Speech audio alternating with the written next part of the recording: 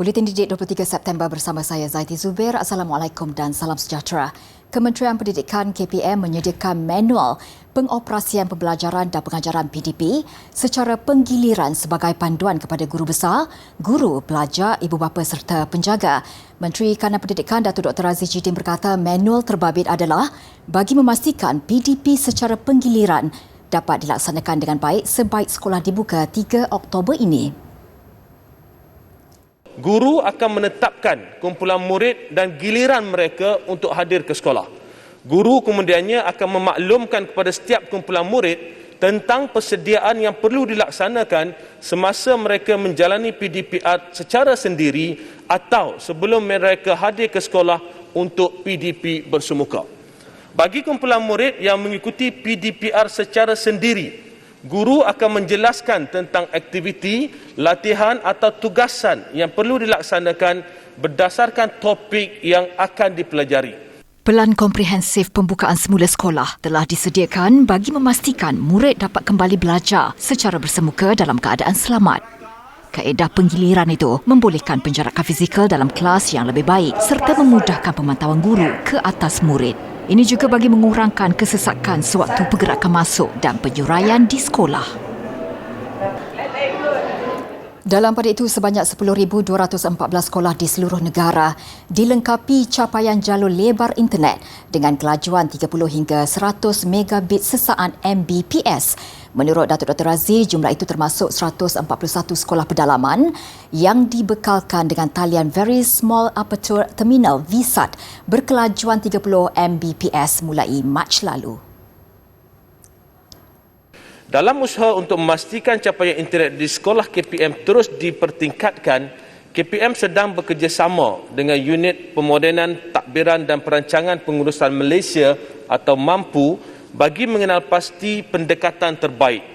Rangkaian bersepadu KPM ini dijangka dapat mula dilaksanakan pada pertengahan tahun 2022. Perancangan ini adalah seiring dengan usaha kerajaan untuk memastikan pembelajaran berteraskan teknologi dapat disediakan dalam... Datuk Dr. Razi ketika sesi jawab lisan di Dewan Rakyat hari ini turut memberitahu KPM sentiasa menyedari kekangan dihadapi murid di sekolah pedalaman. Justru pengajaran dan pembelajaran di rumah PDPR dilaksanakan mengikut kesesuaian guru dan murid. Selain memperkenalkan Didik TV yang dilengkapi program selaras dengan sistem pendidikan kebangsaan mengikut sukatan kurikulum dan kokurikulum kebangsaan. Kementerian Kesihatan KKM semalam mengumumkan pelajar sekolah harian akan menerima suntikan vaksin COVID-19 secara berjadual. Mengikut tarikh dan masa yang ditetapkan Pejabat Kesihatan Daerah PKD dan Pejabat Pendidikan Daerah PPD, menurut Timbalan Menterinya Datuk Dr. Nur Azmi Ghazali, pihak sekolah akan mengeluarkan jadual vaksinasi kepada remaja dan ibu bapa sebagai rujukan. Pelaksanaan pemberian vaksinasi PICK remaja di 156 PPV awam dan integrasi akan dilaksanakan secara janji temu melalui MySejahtera, walk-in dan juga vaksinasi berjadual. Remaja di sekolah asrama di bawah KPM, MARA termasuk murid OKU di asrama akan diberi janji temu melalui MySejahtera di mana mereka akan dapat janji temu ke PPV yang berdekatan dengan tempat tinggal mereka. Beliau merangkap pengerusi Pasukan Bertindak Imunisasi COVID-19 Remaja CITFA memaklumkan, remaja yang tidak bersekolah atau sedang menuntut di Institut Pengajian Tinggi pula boleh walk-in ke PPV tanpa janji temu. Selain itu, remaja OKU pendengaran, penglihatan dan masalah pembelajaran akan diberi janji temu mengikut penggiliran sekolah di PPV. Remaja OKU bersekolah seperti ADHD, autism dan mental akan divaksinasi di hospital atau klinik kesihatan. KPM akan menyenaraikan remaja terbabit untuk diberi janji temu di fasiliti kesihatan. Mengulas lanjut, remaja OKU yang menghadiri pemulihan di Pusat Pemulihan dalam Komuniti PDK akan diberi vaksinasi sama ada melalui program jangkau luar ke PDK atau fasiliti kesihatan. Remaja OKU terlantar di institusi pula disuntik secara program jangkau luar. Manakala OKU terlantar di rumah akan menerima lawatan anggota kesihatan atau NGO untuk divaksinasi di rumah. Dalam pada itu, KKM optimis murid berusia 16 dan 17 tahun yang diberi keutamaan akan divaksinasi sebelum sesi pembelajaran secara bersemuka di sekolah bermula. Kita sangat confident ini dapat dilakukan sebelum 3 bulan 10 lah sekolah dijangka buka. Jadi insyaAllah yang kata 16-12 belum divaksin tu sebab tak cukup masa itu insyaAllah tidak akan berlaku. Kecuali lah anak-anak tu tidak mahu divaksin. KKM menyasarkan sekurang-kurangnya 60% remaja menerima dos pertama menjelang November dan 80% akan mendapat 2 dos pada akhir Disember tahun ini. KPM pula tidak akan menghalang mana-mana pelajar yang enggan menerima suntikan vaksin COVID-19 untuk menghadiri sesi persekolahan. Timbalan Menteri Pendidikan Datuk Dr. Mah Han Sun berkata, semua pelajar mempunyai hak untuk hadir ke sesi pembelajaran secara bersemuka di sekolah masing-masing. Bagaimanapun, KPM akan mengambil pelbagai langkah termasuk memberikan kaunseling kepada ibu bapa pelajar mengenai kepentingan mengambil vaksin. Cuma kita akan mengadakan kaunseling dan sebagainya khususnya kepada ibu bapa mereka. Saya rasa untuk seorang murid itu kalau dia enggan nak menerima vaksin biasanya bukan kepada murid sendiri tetapi lebih kepada ibu bapa. Buat masa ini, KPM belum mempunyai data lengkap mengenai jumlah golongan itu. Namun, Datuk Dr. Mah percaya perkara itu akan dipantau dengan teliti meskipun bilangan yang terlibat adalah kecil.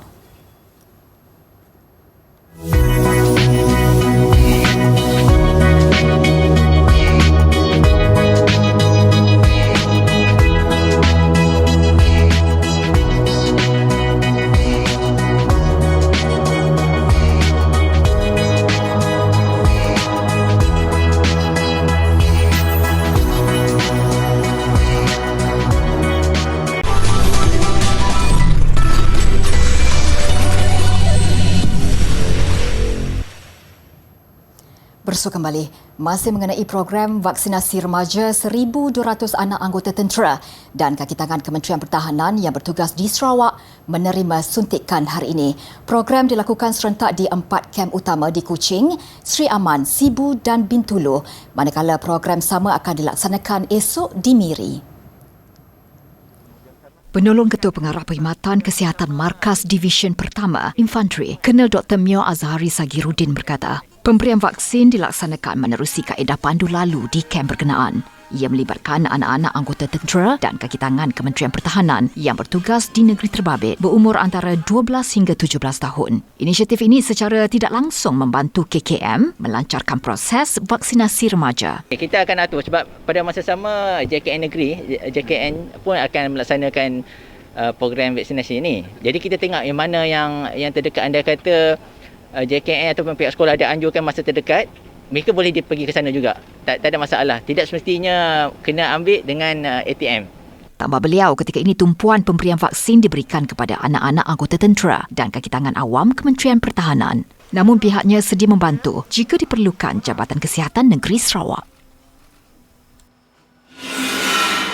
Dalam pada itu, di Perlis, sekurang-kurangnya 95% pelajar berusia 16 tahun ke atas akan menerima dos pertama minggu ini.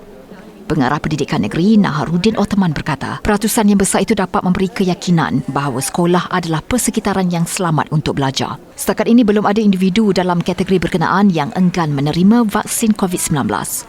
Namun sokongan daripada ibu bapa amat diperlukan dalam memastikan kelancarannya. Dan kita juga mengharapkan para pelajar juga tidak ramai yang menolak vaksin ini kerana ini juga memerlukan kerjasama daripada ibu bapa untuk memberikan vaksin kepada anak-anak mereka.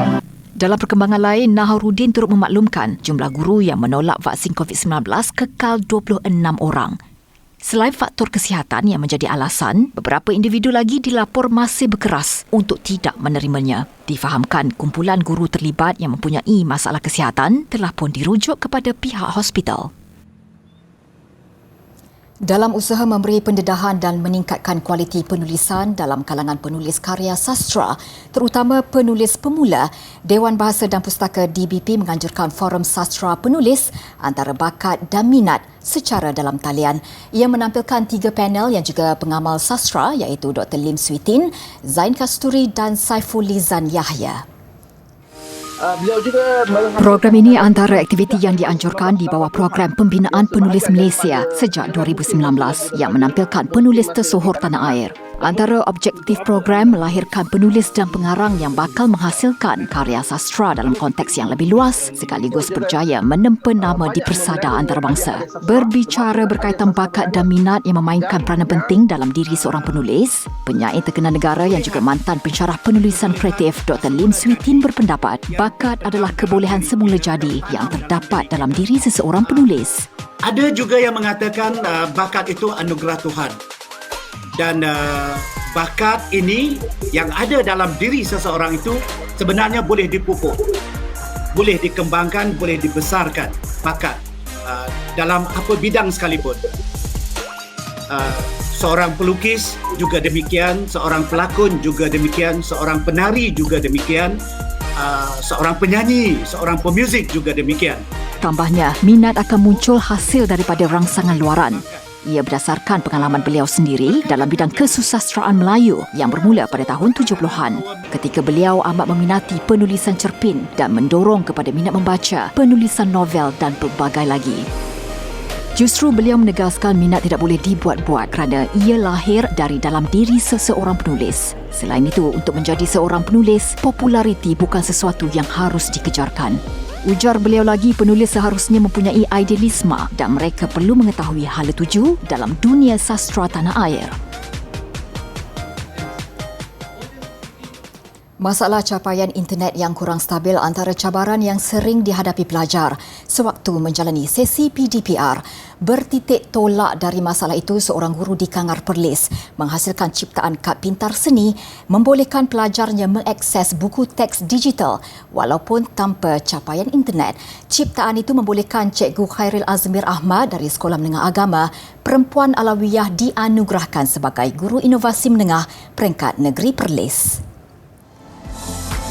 Guru pendidikan seni visual itu menerima anugerah berkenaan pada sambutan Malam Gala Hari Guru Peringkat Negeri Perlis di Kangar semalam. Kad pintar seni itu mengandungi segala modul kerja yang boleh diakses secara terus melalui telefon, khususnya bagi pelajar tingkatan 4 dan 5 yang mengambil mata pelajaran seni di sekolah itu. Saya dapat idea ni ketika pandemik macam ni. Saya amat simpatilah kepada murid-murid saya yang nak belajar tetapi kekangan masalah internet. Jadi inilah yang memaksa saya untuk mencipta sesuatu yang bermanfaatlah untuk anak-anak murid seni saya lah. Lebih membanggakan, kad pintar itu mula mendapat permintaan dari pelbagai pihak. Ini bukanlah kejayaan pertama Cikgu Khairil. Sebelum ini, beliau sudah 2 kali dinobatkan sebagai Guru Inovasi Menengah peringkat Negeri Perlis melalui ciptaan lapisan unsur seni dan kotak minda. Malam Gala Hari Guru Peringkat Negeri di Kangar diadakan berkonsepkan pandu lalu. 10 penerima pelbagai anugerah selain pengetua dan guru besar yang mewakili 104 buah sekolah di negeri itu diberikan sijil penghargaan. Take 5 ke arah kesejahteraan mental dan fizikal. Kekal berhubung, eratkan rangkaian sosial yang sihat.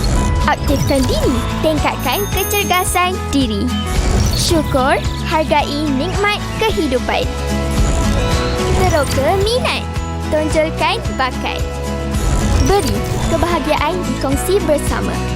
Amalkan Take 5, Agenda Nasional Malaysia Sihat, sihat sepanjang hayat.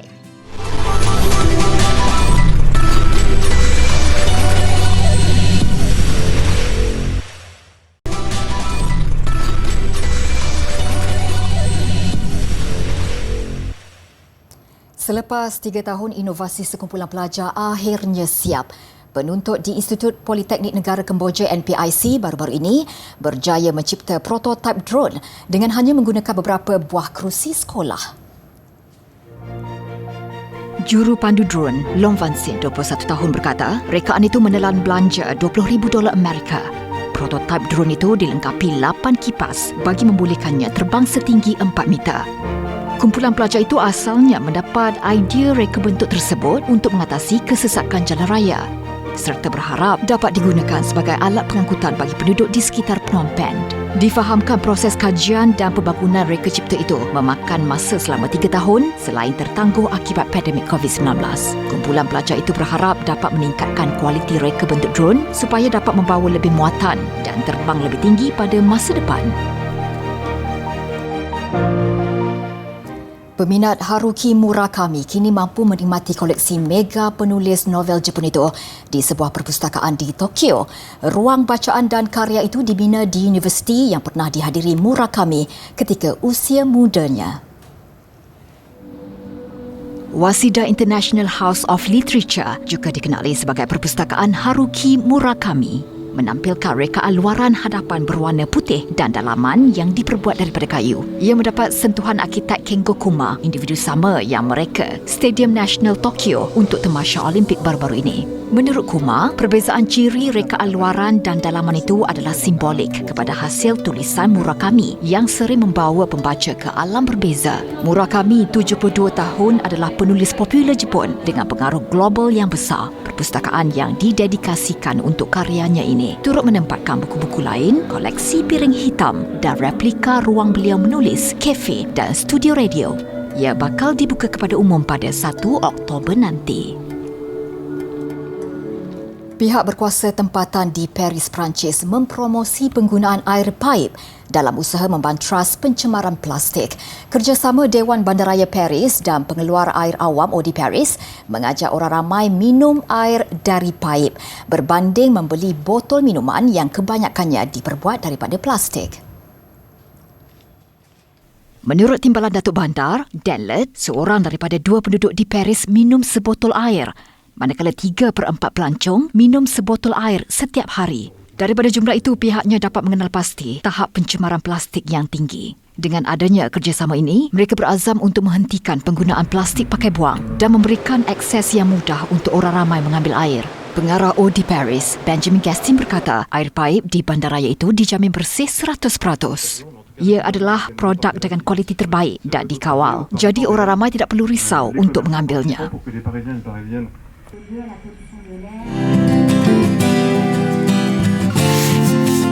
Antanom Ontoros Endoy merupakan pahlawan murut terkenal ketika menentang syarikat Borneo Utara British SBUB yang menindas kaum murut.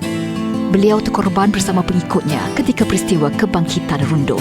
Datuk Mat Saleh pula adalah pejuang Sabah yang memberi tentangan hebat kepada penjajahan Inggeris di negeri itu. Beliau turut menyerang kubu dan pasukan tentera SBUB sebelum meninggal dunia pada 31 Januari 1900. Manakala Tun Datu Mustafa Harun merupakan yang di-Pertua Sabah yang pertama. Yayasan Sabah dan Pertubuhan Islam Seluruh Sabah USIA ditubuhkan di bawah kepimpinannya bagi menguruskan soal kebajikan, ekonomi dan agama.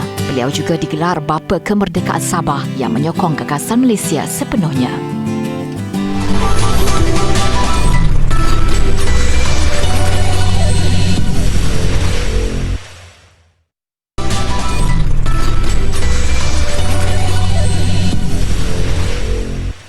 Ke laporan sukan, meskipun gagal layak ke pusingan akhir bola sepak Piala Asia Wanita 2020, pujian wajar diberi untuk skuad negara yang mengakhiri saingan kumpulan H dengan menundukkan Palestin 2-0. Sekurang-kurangnya Malaysia mampu mencipta kemenangan meskipun tampil dengan persiapan yang singkat. Tumpas 0-4 pada aksi pembukaan di tangan Thailand. Peningkatan jelas diperagakan skuad wanita negara yang dibimbing Jacob Joseph. 2 gol skuad kebangsaan disumbangkan Andrea Lee pada minit ke-57 dan ketua pasukan Steffi Sachko 9 minit sebelum aksi tamat. Meskipun deretan peluang dicipta skuad kebangsaan, barisan penggempur gagal menyempurnakannya. Malaysia turut bernasib baik berjaya menyerap tekanan Palestin yang turut menampilkan aksi yang kemas hasil persiapan intensif berbanding skuad negara. Today game with Palestine, I think Palestine is a very good team.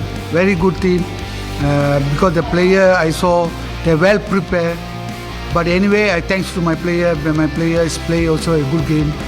And I was very impressed with the Palestine player. Dengan Malaysia di tangga kedua selepas menamatkan aksi kumpulan, Thailand hampir pasti melayakkan diri ke pusingan akhir kecuali Palestin melakukan keajaiban menang dengan jaringan besar ke atas Thailand. Kesatuan Rugby Malaysia hari ini mengesahkan bekas Kapten All Blacks Ronnie Soelo selaku jurulatih pasukan kebangsaan. Pelantikannya bagaimanapun untuk tempoh 3 bulan bermula November ini sebagai persiapan skuad negara menghadapi kempen kejuaraan Rugby Asia ARC Januari nanti. Rodney Soyelo akan menggantikan Brad Mika yang sebelum ini dipinjamkan dari klub Sandakan Eagles untuk menghadapi kejuaraan rugby Asia ARC yang sudah tertunda selama 2 tahun. That I bring is not just the experience, but the ability to bring the best out of people. So I really enjoy that part of that part of my coaching. I like to offer, to encourage other people to come through and to try better themselves. So I'm really excited about the challenge ahead with the Malaysian squad.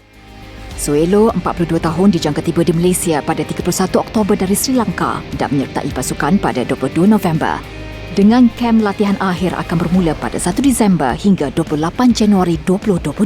Pada kejuaraan rugby Asia, Malaysia memulakan kempen menentang tuan rumah Hong Kong pada 31 Januari sebelum bertemu Korea Selatan 2 hari berselang.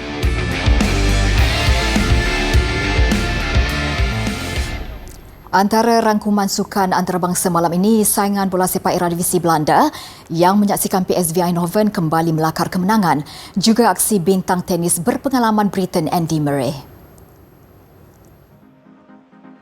Bertandang ke arena lawan berdepan Go Ahead Eagles, PSV Eindhoven membuka tirai jaringan pada minit ke-14 menerusi gol Cody Gakpo.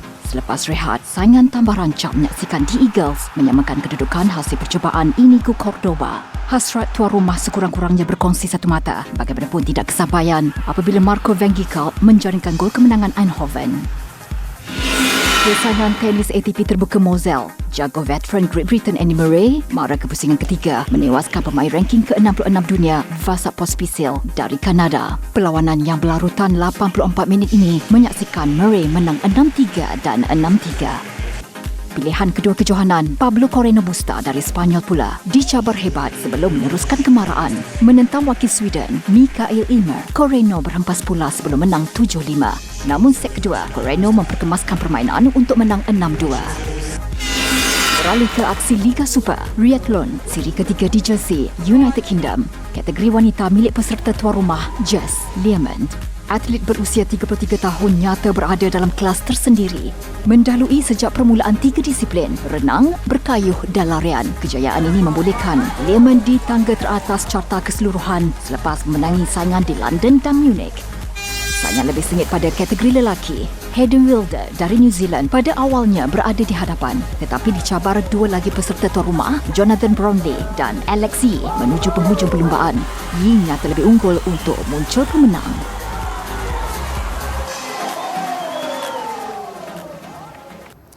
Pertunjukan visual hidupan Marine di Ibu Pejabat PBB di New York mengakhiri buletin didik malam ini.